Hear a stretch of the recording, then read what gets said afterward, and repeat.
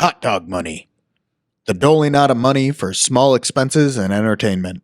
In this context, primarily utilized in college athletics to fund basic needs for the student athlete outside what they receive in the payment scholarship given to them by the universities. I.e., hot dog money helps fund these kids' good times while in school. But for those of us not being inappropriately fawned over by nefarious characters attempting to weasel their way into our lives, we get our hot dog money from OddsShopper. With OddsShopper's Plus EV tools, you can rest assured your sports betting wagers are beating the market and giving you those glizzy dollar holas needed for a night out with the boys. Sign up via the show notes or goodjujubets.net and let us know. We're happy to help show you the ropes.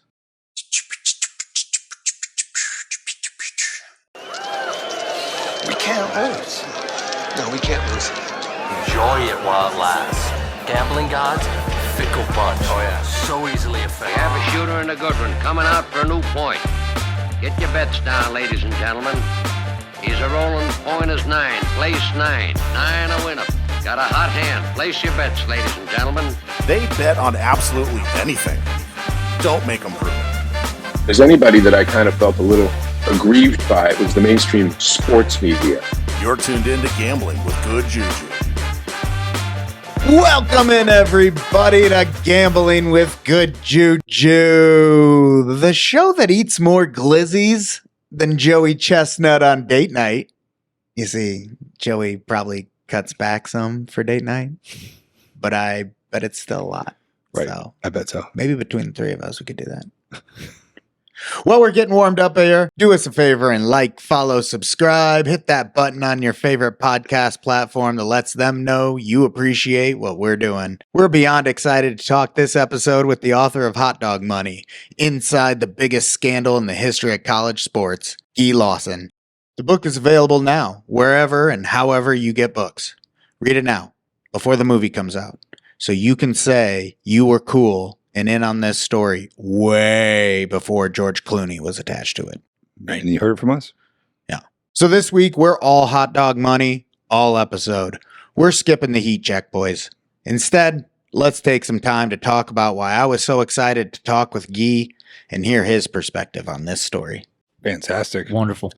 All right, so let's get into this. Hot dog money. What is hot dog money? Inside the biggest scandal in the history of college sports, which hit stands June 1st, is a telling of the FBI's investigation into college basketball recruiting methods, which involved payments not only to college basketball players, college football players, their families, but to major players at shoe companies, and ultimately payments to college coaches and other staff members. Now, before we get to Guy's interview, let's start with a brief overview. Throughout this interview, you're going to hear about Marty Blazer, a financial manager, life manager for NFL players. He obtained these relationships by forging connections with individuals close to these athletes while still in college, feeding them hot dog money to help with costs that a typical college scholarship would not cover. While these payments were illegal, they were not considered controversial, nor did they have anything to do with Marty Blazer's personal story,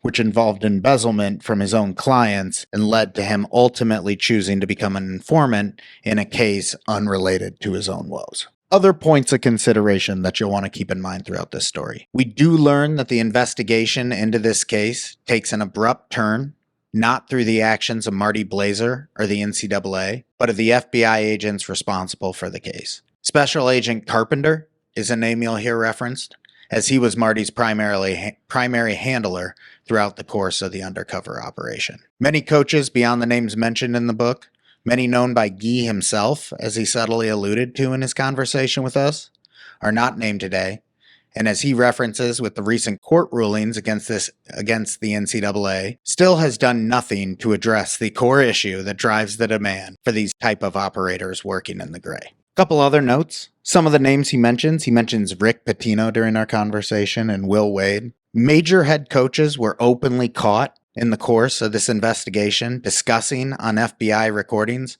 payments to players.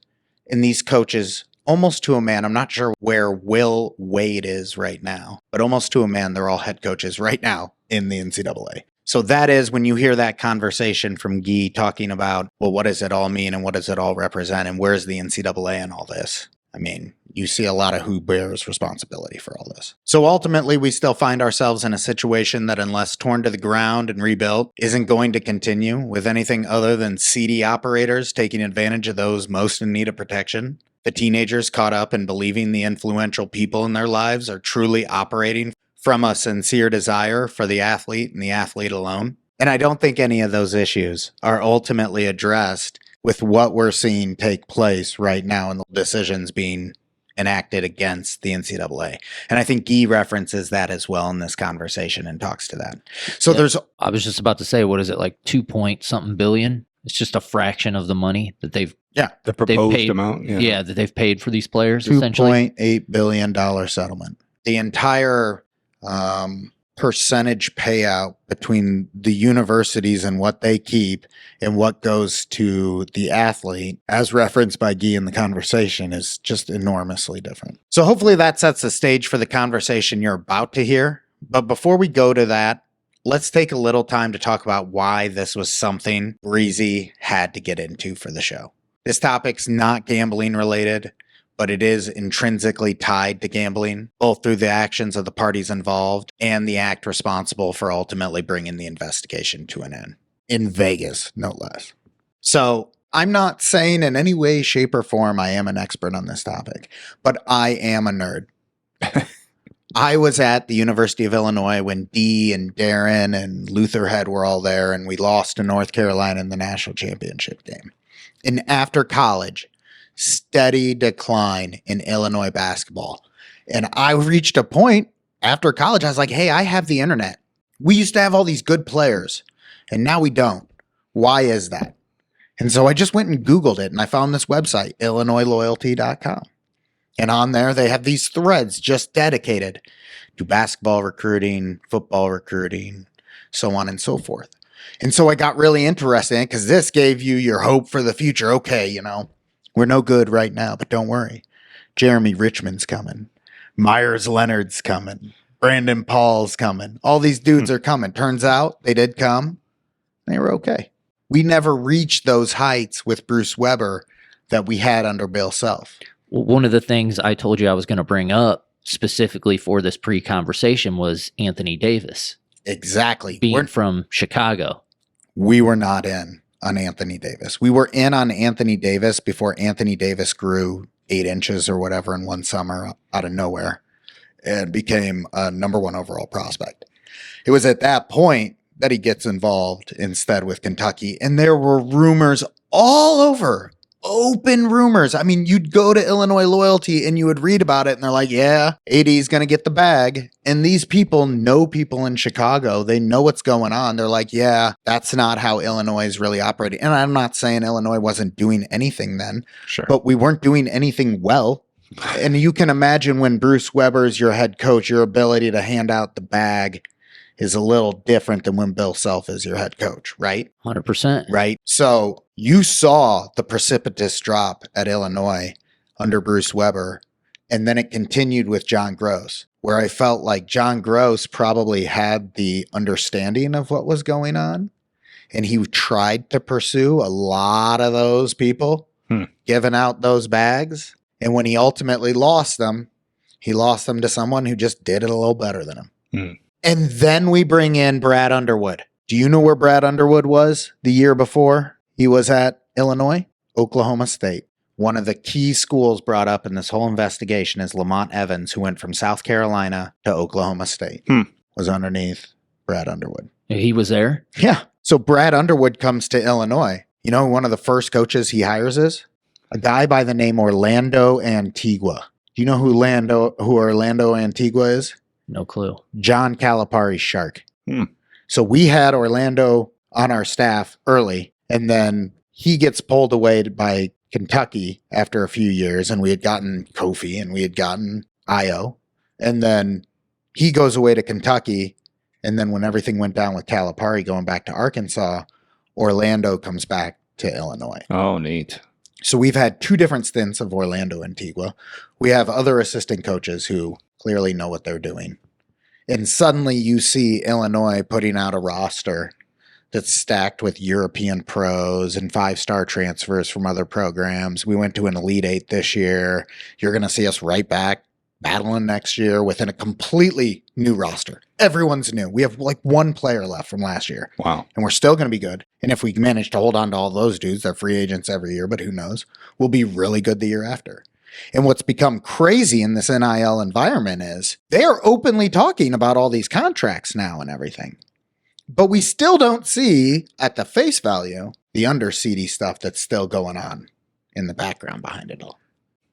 So, real passionate about me, for me personally, really excited to actually get into that conversation with Guy. I think that'll do it for us. You guys feel good? Yeah, it was a great interview. I really like Guy. I did too. Yeah. All right, folks, stick around. Interview with Guy Lawson coming up. We're going to get down and dirty with all the details of the biggest scandal in the history of college sports.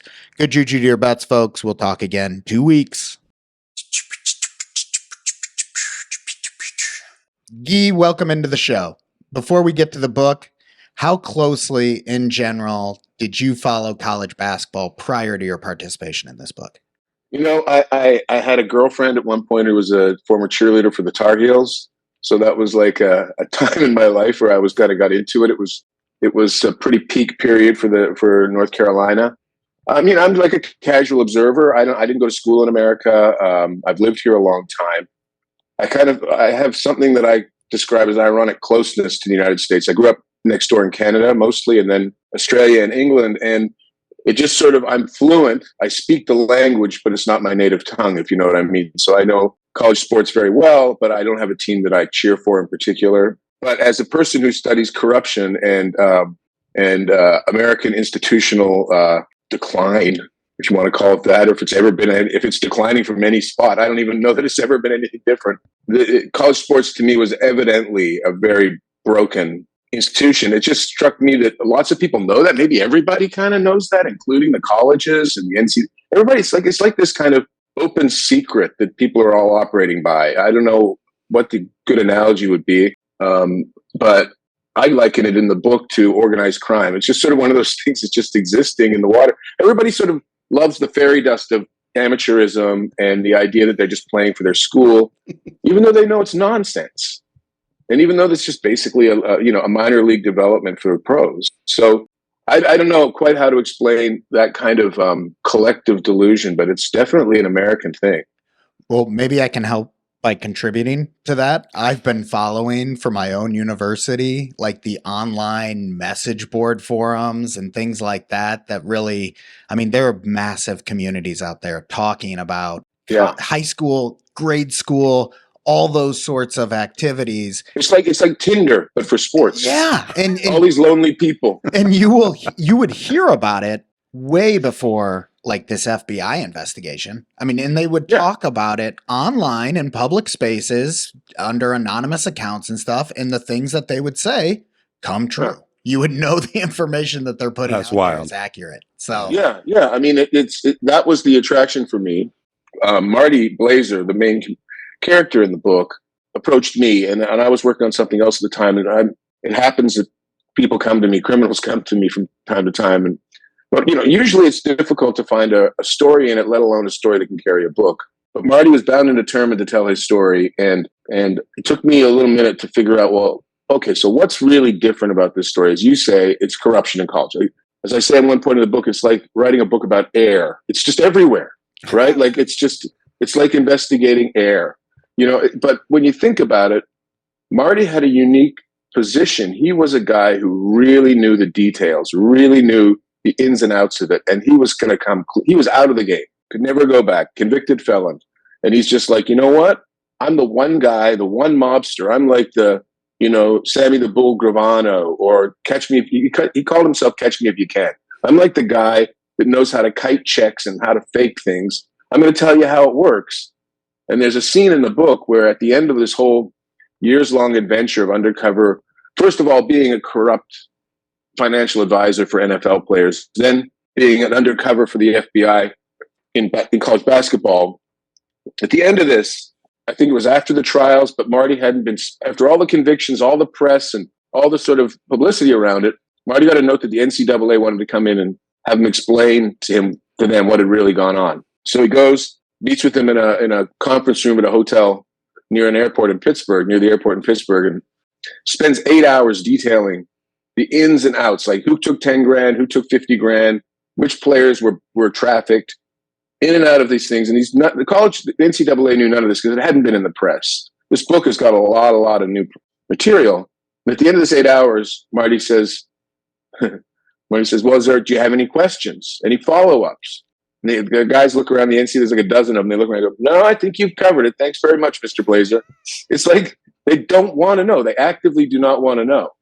So if we want to talk about where the NCAA is now, I'm happy to. But it is a strange phenomenon, the way that American people, like, what's your school? What school did you go to? I went to the University of Illinois. So one quick question for you, actually. What years were you really into North Carolina? In the 90s. Okay. So 2004, 2005, Illinois played North Carolina for the national title. Yeah. I was a student there. Don't worry about it, Guy. I'm not going to hold you personally accountable, but it was starked. That's how into college athletics we get, right? It didn't make it into the book, but your school was in this. There was a coach at your school who got caught up in this, but there was so much, what percentage of coaches were approached with FBI bribes on wire? What percentage do you think took the money? Well, I read your book in less than 36 hours, so I know the answer to this, Guy. What do your buddies think? What do you guys think? I gave you a little. I think I might have told them. Yeah, you spilled the beans on that. It's 100%. 100%. You'd think there'd be one guy who'd say, "Hang on, I'm in a $4,000 a night Las Vegas suite trafficking an 18-year-old kid to some guy who looks like a mobster and his buddy. Right. What am I doing here, man? Like, hold on. How did I get let off this leash that far?" And I know that there's an underlying kind of, again, these kind of underscored elements. It's always interesting to me how the truth can be shared but then not spoken. And in this case, I think the coaches thought this was all kind of just easy money. These guys are stupid. Just take their stupid money and enjoy Las Vegas, without thinking that, oh, well, what's that little camera up there? Why is he wearing that lapel badge? It looks like a microphone. So, but there's a kind of, even when they got caught, these coaches, right? And the media, the mainstream sports media covered it. They were more sympathetic to the coaches than they were to Marty Blazer. Marty was pretty much universally portrayed as the jerk. The guy that was trying to keep himself out of prison and more or less entrapped these mostly black guys. And it's just like, well, have a look. Who was taking the money? What were they doing with it? So, yeah, 100%. So let me ask this then, because there's a lot of different storylines throughout the course of this book. And what I'm curious about, which of these storylines kind of was the biggest appeal to you in deciding to write this? I've written a lot about law enforcement over the years and corruption inside law enforcement. My first book was about two New York City police detectives who were hitmen for the mafia. I wrote a story for GQ magazine called The Knife, which was about a member of the Crips who basically got turned in by his brother Crips when he was a kid for a stolen car, and he's just took revenge by going undercover for the FBI for a decade. And he put like more than 150 Crips in prison. And I learned a lot about undercover, the use of cooperating witnesses and informants. In fact, I developed and was ready to pitch a series called Snitches, a documentary series that was going to document, because it's a pervasive thing in this society. People don't realize, if anyone ever asks you to break the law, ever, they're almost certainly a snitch. That's just the reality. Don't do it. Don't agree to do it. Don't talk about it. Because there's tens of thousands of these guys out there like Marty trying to stay out of prison, and they're going around fomenting these things. Now, you would think it would be entrapment, but it isn't. So for me, the most interesting thing was Marty was willing to throw down about corruption in football in, I thought, a new and original way. He really was throwing down about corruption in basketball and really sort of writ large. But I'd never heard anyone talk about law enforcement quite the way Marty did, because it's like, I knew it to be true. I've seen, the FBI agent who ran that Crip guy He's a nice guy and everything, but he didn't really understand that the Crip guy was actually a vigilante. He was giving him criminals that he wanted to put in, not that the FBI wanted. And the FBI didn't ask questions because they wanted the cases. This guy was becoming a hero. But this Crip guy was like, I don't like people that have sex with underage girls. I'm going to set that guy up. I'm going to go wear a wire on that guy. I heard this guy was threatening my neighbor's little brother. I'm going to get that guy. I mean, it was just incredible. And he knew it. And he told me, and he said about the FBI agent, he said, you know, when we were talking privately, he's like, the FBI doesn't have a clue what I'm doing. So I really felt like Marty was an honest broker with this thing. You know, like what he got the investigation to a place where they really could have gone, really could have killed the NCAA. The NCAA is going to kill itself. It's in the process of killing itself anyway. And this case was a significant contributor to that. But it was the portrait of the FBI that I really, that made me think, okay, this is a book I want to write. Okay, so let's talk about the FBI then for a second while we're on that. The FBI ultimately comes off looking even worse than the NCAA somehow in this story. It appears on face value they did almost no research into the proper tactics to engage in, given the circumstances of the case. Is this a problem given your background of, you know, the case landing on the desk of some bottom feeder at the Bureau, or does this speak to a broader pattern of behavior by the department in general? I think there's a couple of answers to that. The first thing that leaps to mind is when you go into the FBI, you typically, and I think almost always, have a college degree and some experience in another field. You know, you might have been an accountant, you might have been an attorney. Most often it's military. So what you have is guys that are rule followers, and they're going into worlds of rule breakers. And they just don't have the nous. They don't understand it. They can't get the language. They can't get the subtext. They think, number one, that they're righteous. They don't inspect themselves for their own motivations. And that's, I think, a common mindset for military and law enforcement. Like, I'm the badge guy. They have that mentality. So they don't say, whoa, hey, man, what's the moral quality here? So that's one part of it. I also think that there's like a kind of an institutional arrogance that in the Bureau, the kind of we can't do wrong. But you put those together with a kind of bully boy mentality, and it leads down bad paths. So for me, I don't know quite how you solve that. What I've described in this conversation is like the FBI using thousands and thousands of these informants who are inherently devious, right? Like they're criminals that are trying to stay out of prison. So they're like double, triple devious. That's the thing about Marty. Marty was living 3-4 different existences. He was like a suburban dad in Pittsburgh. He was a money manager. He was a criminal. He was an informant. You know, he was picking and choosing. I mean, there's one point. This is the moment when I thought I'm going to write this book. So Marty finally convinces, after a couple of years of doing it on his own, that convinces the FBI to fund the investigation. And the FBI says to him, you're going to focus on 2 people. One's the son of a coach that Marty's friends with, and the other is a agent lawyer guy who is definitely a player in the game. And Marty said to me, I was never going to go after my friend's son. And I said, did the FBI ever ask you about that? He goes, no one's ever asked me about that. You're the first person to notice that. That's in a nutshell what I'm talking about with the FBI. They don't know that they're getting played. They don't know that a guy like Marty has got an agenda as long as his arm to satisfy. They think they're setting the agenda. So in a way, it's like they're getting outwitted is kind of it. So you see these press conferences, FBI does this, you know, Southern District does that. There's almost always a Marty behind it that's really making it happen. So to me, I was like, oh God, now that's a story that I know to be true.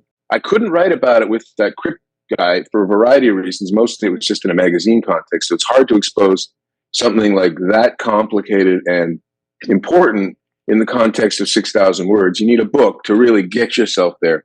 But there are some turns in this story where you start to sort of really turn the screw on your understanding of law enforcement. So that I like to think that's from a lifetime. I was a lawyer. I practiced law. I quit to be a journalist.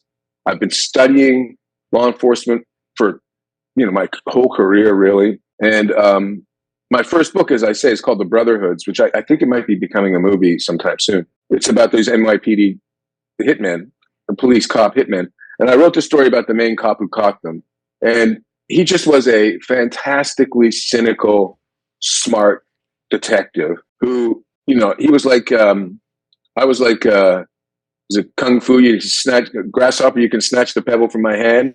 He like taught me all the tricks of martial arts, like how to get a guy to talk. Like if you want someone to flip, as they call it, right? Like they're, like you see going on in the press now. There's ways to do that, right? You move them around from federal facility to federal facility. You lose their meds. You put them in air-conditioned, deeply, really cold rooms. You just torture them, and then you say, "Well, you want to talk now? You want to talk now?" So it's just like that kind of mindset. But the FBI, I mean, the mafia used to call them famous but incompetent. So that's kind of the portrait that comes along with this book. So I knew it to be deeply true. And when Marty started talking to me in this way, I've never seen the FBI like kind of talked about in this way. Right. That was interesting to me. I kind of halfway wonder if they've opened a case on me. Right. I mean, I hope so.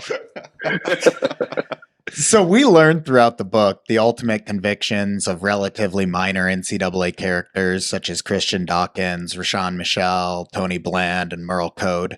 These were the individuals who accepted bribes from Blazer with promises to deliver high-value college athletes to him after they became professional athletes.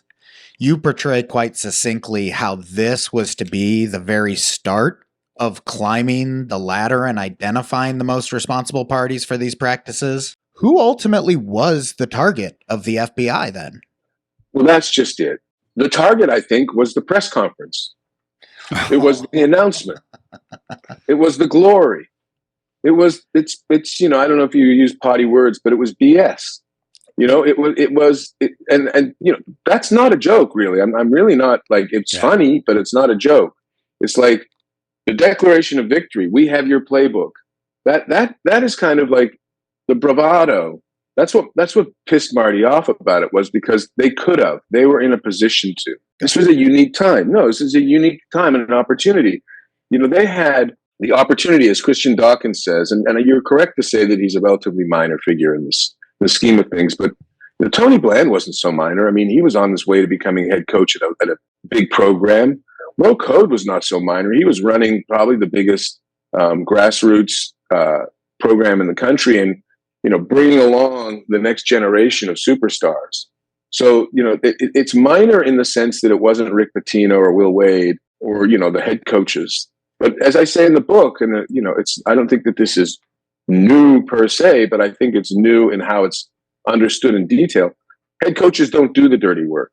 Their assistants do the dirty work. When Marty was trying to get into Alabama, it's it could be the weight coach, because what you're trying to do is get to the kid. You're trying to find out who the kid trusts, who the kid will listen to, and the coaches, the head coaches, they know what's going on. And if they don't, it's because they actively don't want to know, because they're being protected, because they make millions and millions of dollars. Right. But it's as I say, it's like investigating air. It's just everywhere. It's pervasive. Prior to the events that took place in Las Vegas, the FBI had in mind targets above and beyond this that then got cut off as a result of the events that took place in Las Vegas? That's a good question. I mean, there's no available evidence that they did, in the sense that it wasn't like aspirational, but that's part of the dynamic between these cooperators and the FBI. And part of the way they get so diluted is that they think they're running the informant, when, very often the informant who comes from that environment. So Marty knew how college sports work. He knows what the next level and the next level are, because he's been held out from it, right? Like when he never got to see how the sneaker companies interact until he got FBI money to start bribing his way into these meetings. So there's no available evidence per se.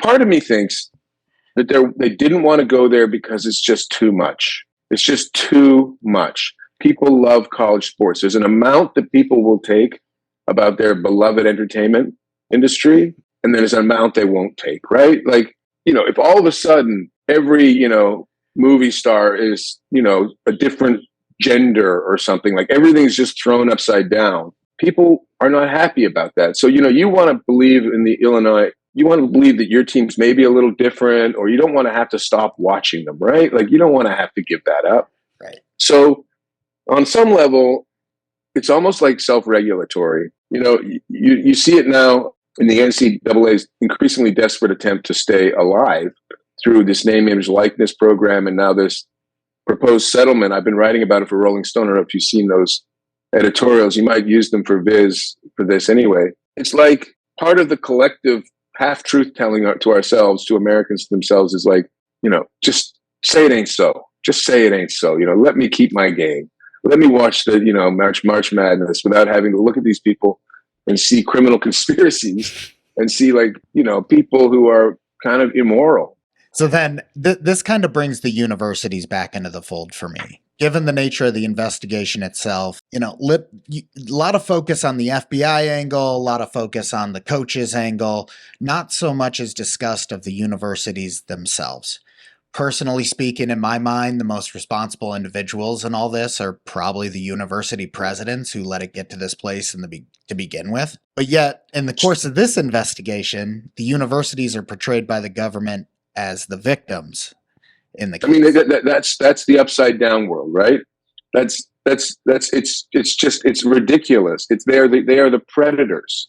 Right. These are revenue related sports. This is how they make their money, to build those fancy gyms and to give out those rowing scholarships and stuff like that, but also how they get their $3 million salary. Right.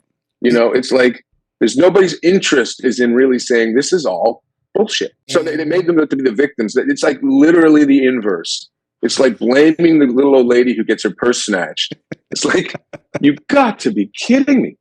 It's like, oh God, it's just hilariously upside down. Was it even in the FBI's purview to be able to go after institutions like the NCAA or like the universities themselves? The evidence that was entered into trial, and it's in the book, which is a lot of it is new and untold. Marty and the FBI could have got to sit down with the Pope if they had the right amount of money. There was nobody was going to say no to this money.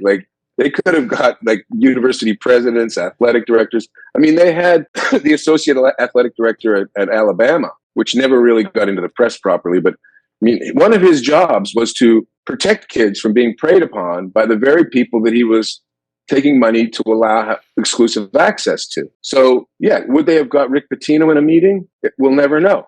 Would they have got Will Wade in a meeting? Would they have got the president of Harvard in a meeting?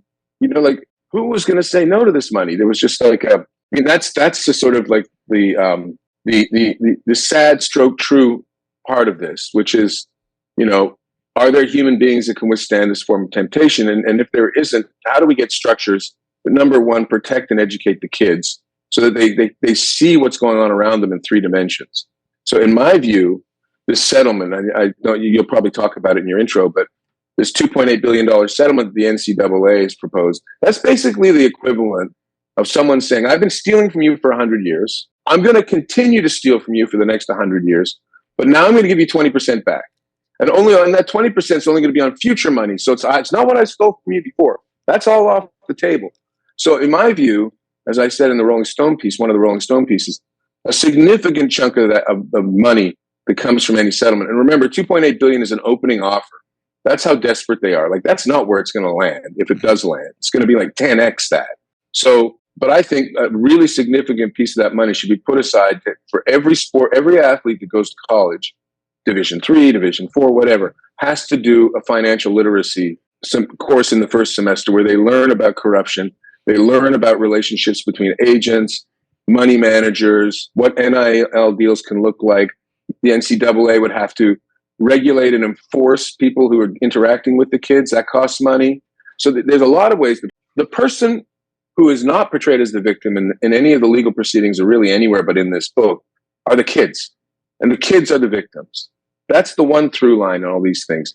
Even in the operation that they did with the celebrities sneaking their kids in, rich people getting their kids into Yale and USC and stuff like that broke a few years ago.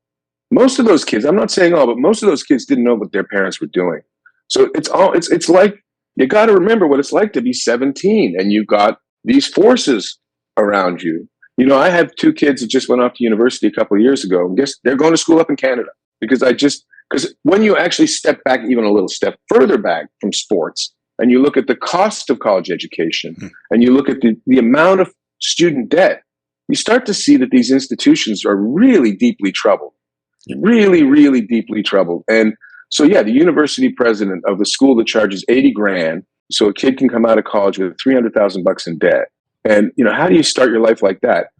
So, yeah, I mean, you can make the aperture too wide, of course, but it's good to at least have a perspective on the nature of the problem. So for me, one of the first solutions would be to educate every kid that's going to do sports that has a possibility of an NIL or other kind of deal, that they've got to understand how sports finance works, at least on some level, to know the right questions. Well, to support that for you real quick, Guy, anyone who's listened to this show or knows me personally is aware that I've felt for a long time that the college athletes who are entering these universities are better prepared for the reasons they're attending these universities than any general student attending that college is themselves.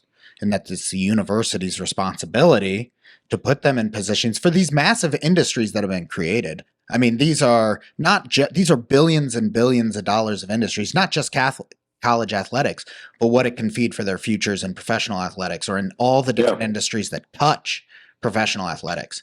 And it's the lack of vision and the lack of insight and the lack of understanding to what they've created that has prevented them from being able to properly accommodate these students when they come in. So, I mean, you just think, for example, about, I know that you guys talk about it, gambling.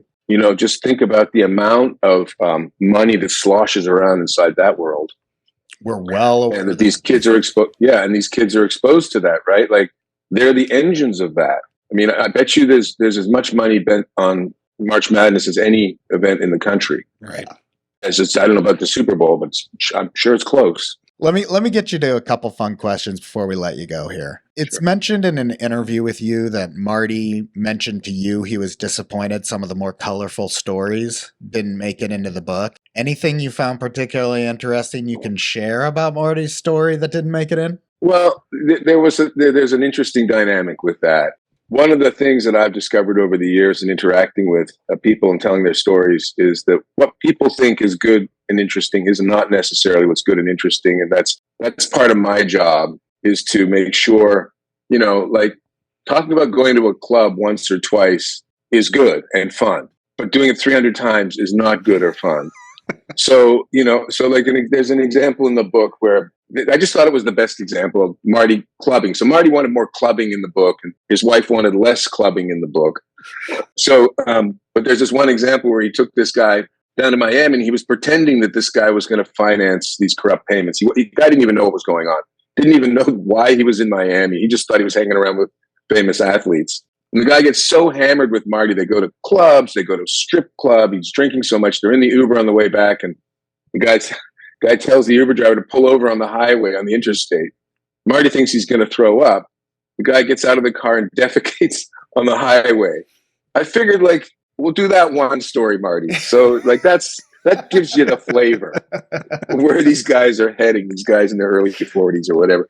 So there's some of that. And I think that there's more, like, so as you no doubt know, Marty passed away at the age of 53, which is just like an unbelievably unexpected tragedy for his family and for him, not to see this book come into the world. But the last conversation I ever had with him, so the book was finished and went to the press on a Friday. And I know from experience that it can be a bit of a letdown when you finish a project that you've really been thinking about intently for years. Like, you have this image of it in your head. It's like this amorphous thing. And then there it is, that's it. That's what it is. It fits in there, right? It can feel like it isn't what you thought it would be. I thought we could get more of that clubbing in there. I thought that time that people don't understand about this and that. Because Marty was desperate to come on your podcast. He saw his role next as being basically like a really good podcast interview, and maybe even starting one of his own about NCAA corruption. So when Marty and I were talking, I said, "You sound a little bummed." And he said, "Well, I just more or less what I said, so I wonder if it could have been better." And I said, "Well, Marty, when we started this project, I said to you, if you stick with it, if you take the time and put the energy in to organize your thoughts, because a lot of it has to do with him just having the discipline to sit and write down what happened so I could make sense of it, order it, structure it." I said, if you really, and this applies to any one of your lives, if you really sit down with yourself and say, I'm going to understand my marriage, or I'm going to understand my parenting, or I'm going to understand why it is I am the way I am. And he did that. and he really did it diligently. It wasn't easy. Certainly at first it was very hard. He kind of had an OCD kind of compulsion. He bounced around, and I tried to interview him. It wasn't working because he'd move between 25 years in 2 sentences.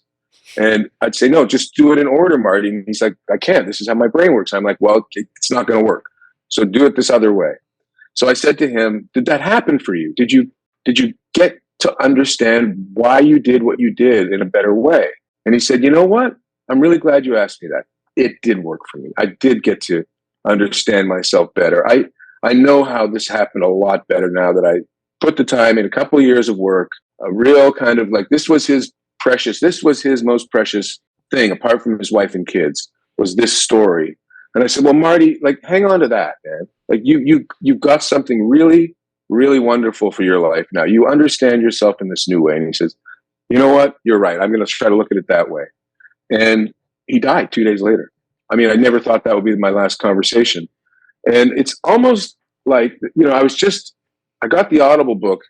I hadn't listened to it, and I just got it yesterday, day before yesterday. And I'm listening to it, and it's interesting to listen to your own book. And there's this passage where he's talking about how much stress he's under with all these different personas that he's inhabiting, like the father, the soccer dad, the informant, the corrupt guy, the eager FBI, happy to be part of the team guy. And he said at one point, I thought I could keel over at any moment. And then he did. Wow. So I don't know what to say about that. I went to his memorial service, and he's got 3 beautiful kids. His wife is just a lovely person. Got a great Italian greyhound named Newt. I mean, he's a good guy in his way. Like, we can be these different things. We all do contain multitudes, and Marty had that. And I hope when people read the book, they don't think, what would Marty have added? It's really more about Marty letting you in. I mean, he says in the very beginning of the book, in a letter he wrote to me, when I first started reporting this, he said, there's a lot of self-pity in here and in his diaries. And he said, but I have a really hard time letting people see the real me. And I think the book contains the real Marty. And the review in the Wall Street Journal yesterday said that very thing, that, he's passed on, but he left behind a really important story about college sports and about how we all kind of understand sports in America, and through that institutions, and through that ourselves. So, I'd like to think it's funny. I mean, I know that it's being developed for a movie. I don't know if you've seen that, but George Clooney bought the film rights, and I know the screenwriter that's working on it he's one of the guys from Succession. Mm-hmm. And nice. And how you have that crazy but true, kind of rings true dialogue kind of element to Succession. Yeah. It's actually funny too. Right. I think that's the tone they're going to go for. And that's really how Marty lived his life in a lot of ways. Well, that's the thing I want to say here is because, talking with you here, there's so many serious undertones that go into all this, the impact on the college athletes, the corruption within the NCAA, the nightmare of a journey Marty himself had to go through. But there are also like woven in throughout this book, genuine comedic relief moments, in large part provided by the FBI themselves.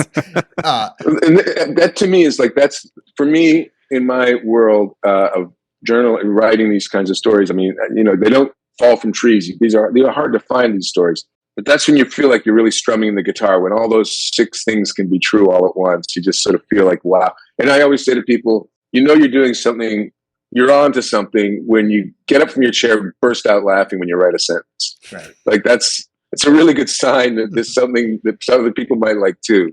Because, lots of times in this story, I just was like, oh, Marty, my God. And even when he's talking about the FBI, talking shit about the FBI, that's high wire stuff, right? Like, those people have a lot of different ways to make you uncomfortable in the world. And I felt like just for Marty's own good, occasionally I would just be like, we're not putting that in, Marty. That's too much. I mean, he'd start to. Wow. Yeah. Yeah. And I'm not a person who's given to like holding back, like, at all. My only real reason to hold back is that it doesn't serve the story. That's really my only real reason. But yeah, no, we developed really quite a shorthand, Marty and I. Yeah. I mean, the thing about Hot Dog Money, a book, that I think might be one of the takeaways that you're talking about, which is it teaches you a language. If you listen to it closely, like they're talking to each other, these people, in this language of kind of like both law enforcement and the basketball people and the football people. It's like even up to and including Marty testifying. Like Marty had to testify, right? And Marty knew that he had to have a certain amount of remorse, but he knew it was kind of performative because he wasn't all that sorry. He was sorry that he stole all that money, but he felt like he'd kind of worked it off, and he and his wife would say he didn't take any money for himself. Well, I didn't point out to him that that's really not much of an excuse. You still took the money. You were spending it on experiences and hanging around with celebrities and stuff. But anyway, the point I'm making is that Marty was very good at picking up on signals. And I think we all do that in life. And I think the book, if you read it with that in mind, or think about it with that in mind, can teach you about how you interact with people in the world. Anyway, yeah, it's, the FBI expects you to be a certain way. The basketball guys want you to be a certain way. So I don't know if that's the right point to leave an interview, but it's true. Marty clearly comes off as one of the more intelligent individuals who he's working. He would want you to say that.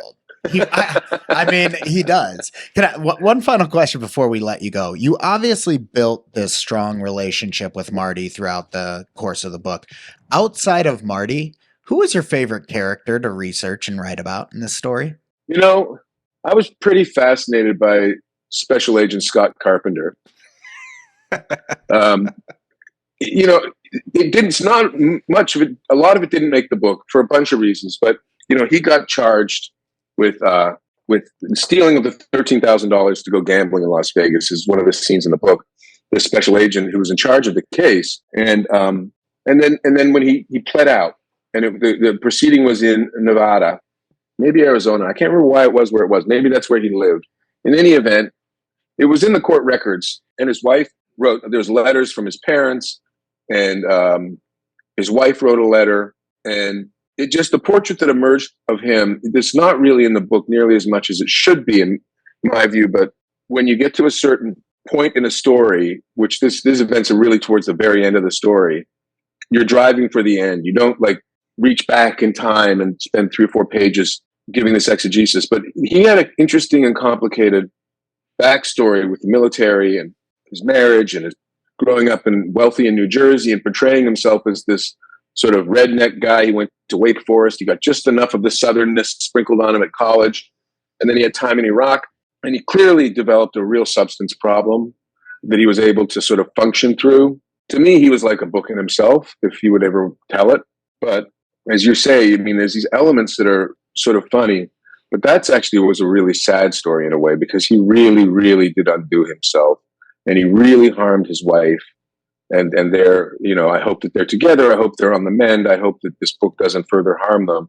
I certainly don't go out of my way to do that. But, the idea of an FBI agent as a vulnerable, flawed person, to me, is really interesting.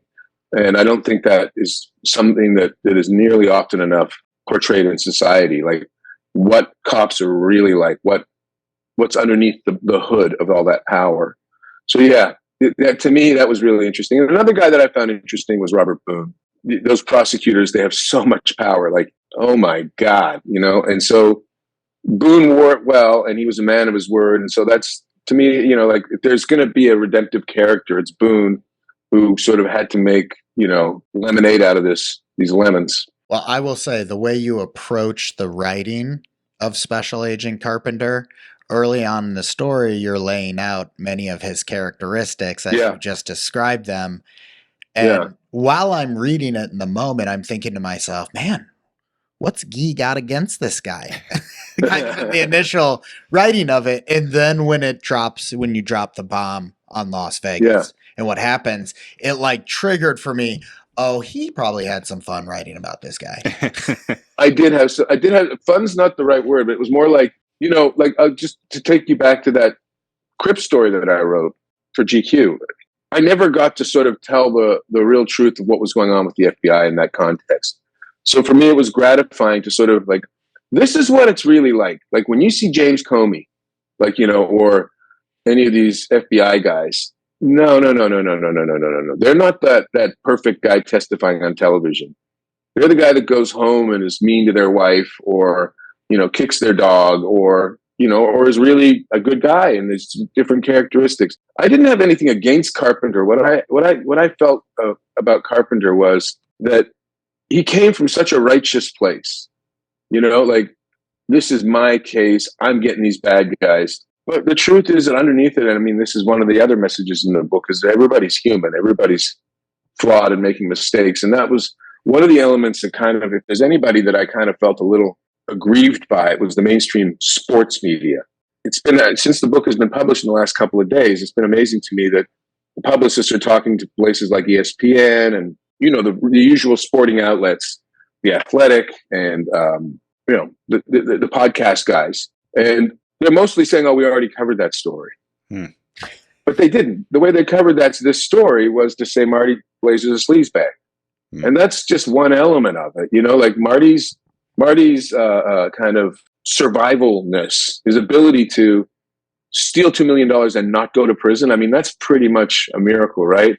Like, I don't know if any of you guys are married, but if you are, would your wife stick with you after you stole $2 million? Like, you'd have to do a lot of fast talking, man. I know my wife would want to know. So I doubt it. Yeah, but I don't know. Like, I'm not bemoaning the black whatever their right. level of interest. It's just more like, no, you didn't cover the story because it's a lot more complicated. Yeah, and I think that's true of much sports journalism. That to just maybe finish right at a good spot, which is Marty sought me out explicitly for the reason that I'm not a sports writer. Yep. He didn't want some jock sniffer dude from, he had people like really pressuring him from ESPN, Sports Illustrated. Michael Lewis was chasing him at one point. He knew this was not a college sports story. This was a crime story. This was a story about corruption. This is a story about the fallen state of man. And so he wanted somebody who he knew could write about bad people in a non-judgmental way, which is kind of like my calling card. If you look at the work I've done over the years, you'll see I've written about some of the worst people. We'll leave it there. The book, Hot Dog Money, is available now. However you consume your literature, grab yourself a copy, find a shady spot somewhere warm, and enjoy the frenetic ride as Marty Blazer tries to balance life as a family man with that of a confidential informant. Thank you so much for joining us, Guy. Good juju to your week. Guys. Really appreciate it. Thanks, guys, so much. Well, fellas, what'd you think of the interview with Guy Lawson? I think the main thing that Guy touched on in the interview was that Marty, despite his flaws, was essentially just a family man trying to build a life for himself, his wife, and his kids, and trying to balance that out with a business and just getting caught up essentially on the wrong side of things. So I think he really brings home the point that at the heart of it all, Marty's just a good guy in a bad situation. And I think that's pretty much the main driving point of the entire story, aside from the investigation and all the shadiness that goes down with the whole operation. And I find that interesting. And I do believe to a certain extent that is the position being put forth about Marty. But that entire perspective is built post him embezzling millions of dollars correct from his clients. Right. That is an entirely new form of enlightenment forced upon him by a government now breathing down his throat and not allowing him to go out and live wild times in strip clubs. Sure. Bars. Right. Like I said, not a perfect person. It's much easier to be a good person when the FBI is watching you and recording your every move. I 100,000%. I 100,000% agree with that perspective. So that's the confliction. And I think that even in the interview, Guy presents it that way, right? Yeah. Where, he understands a man and he's writing about a man from the perspective of what he's experienced and what he went through, writing through the lens of Marty Blazer. Of course, Marty Blazer feels like a victim. Marty Blazer stole millions of dollars from people.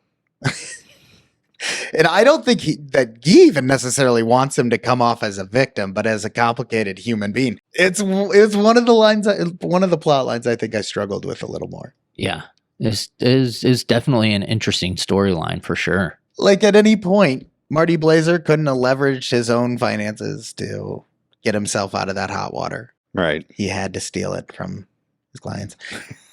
Anyway, that's a great point, though. I think that's a really good point you bring up. I think it's important to note the settlement. We just touched upon it briefly for about 15 seconds or so. But Pete, can you explain exactly what happened with the lawsuit that got essentially settled by the NCAA? So essentially claiming that their, inability to earn income off of name, image, and likeness harmed them personally and financially, and that it was against the law for the NCAA to restrict their ability to earn in such a way. And the case settled for $2.8 billion or something like that. And the universities were then required to pay out some $2.8 billion in some form that I haven't paid enough attention to.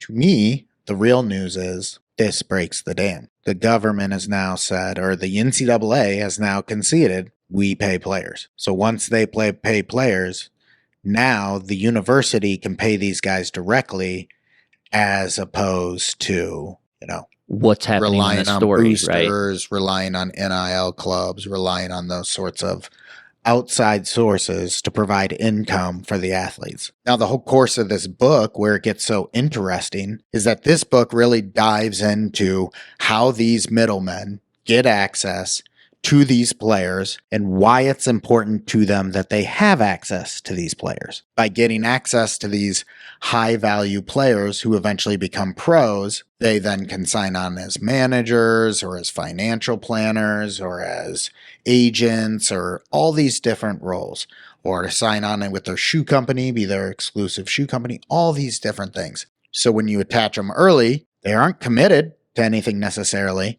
But the hope is when they are able to formally sign contracts, your goodwill, your hot dog money that you've been feeding them comes to fruition in the form of a contract. However, these are teenage kids. So how are teenagers being appropriately approached? Are the people who are putting teenagers in front of these people in their best interests? If it's not the university helping to regulate it with people who are in charge and well respected and are doing it not for a sense of their own pocket, but for a sense of this is my job to be doing this properly, and it's regulated, well, maybe that helps. Yeah. He seems skeptical. Yeah.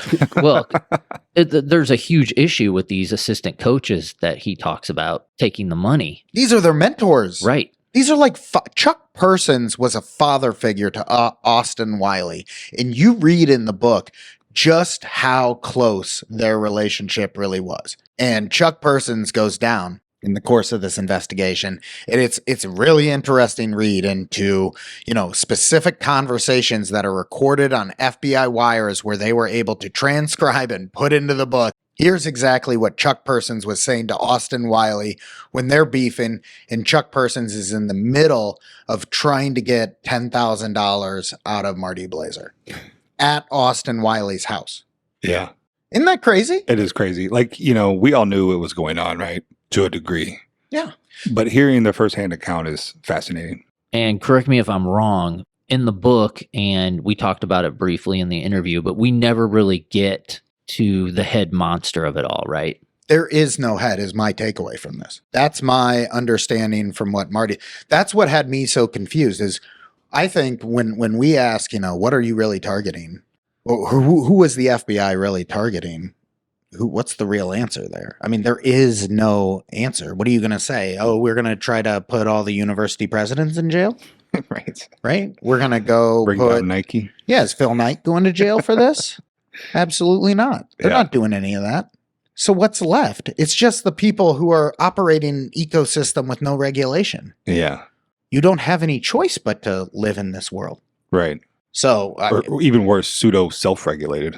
I find the universities themselves to be unintelligent beyond their years. Meaning the industry of sports has exploded over the last 100 years, unlike almost any other industry. Why do the universities not properly train and prepare the individuals who are passionate about pursuing these careers in these industries in the wide variety of ways you can? Yeah. Even before the money, without the money, whatever. Why isn't this being done? Yeah. Why aren't the universities they treat the athletes like the criminals instead of treating the athletes like the best prepared individuals stepping onto campus for the reason they're there? Yeah. And that does not follow logic. And it's unfortunate. And the reason they're there is to bring in the money. Which isn't being provided back to them. Right. And the reason the students are supposed to be there is to prepare themselves for the rest of their life. Yet that's not happening either, is your point. Right. Yeah. Not in a proper way. Right. They're trying to force these kids into a version of university life that doesn't really make sense with their schedule, their routine, or what their real reason for being there is. Yeah, their interest. And I'm not saying there aren't plenty of athletes who want to go be engineers who are playing at college. Yeah, They right, should- of course. Yeah, support them. Support athletes the way athletes should be supported. I think that was a key takeaway here from Guy in our conversation. Yeah.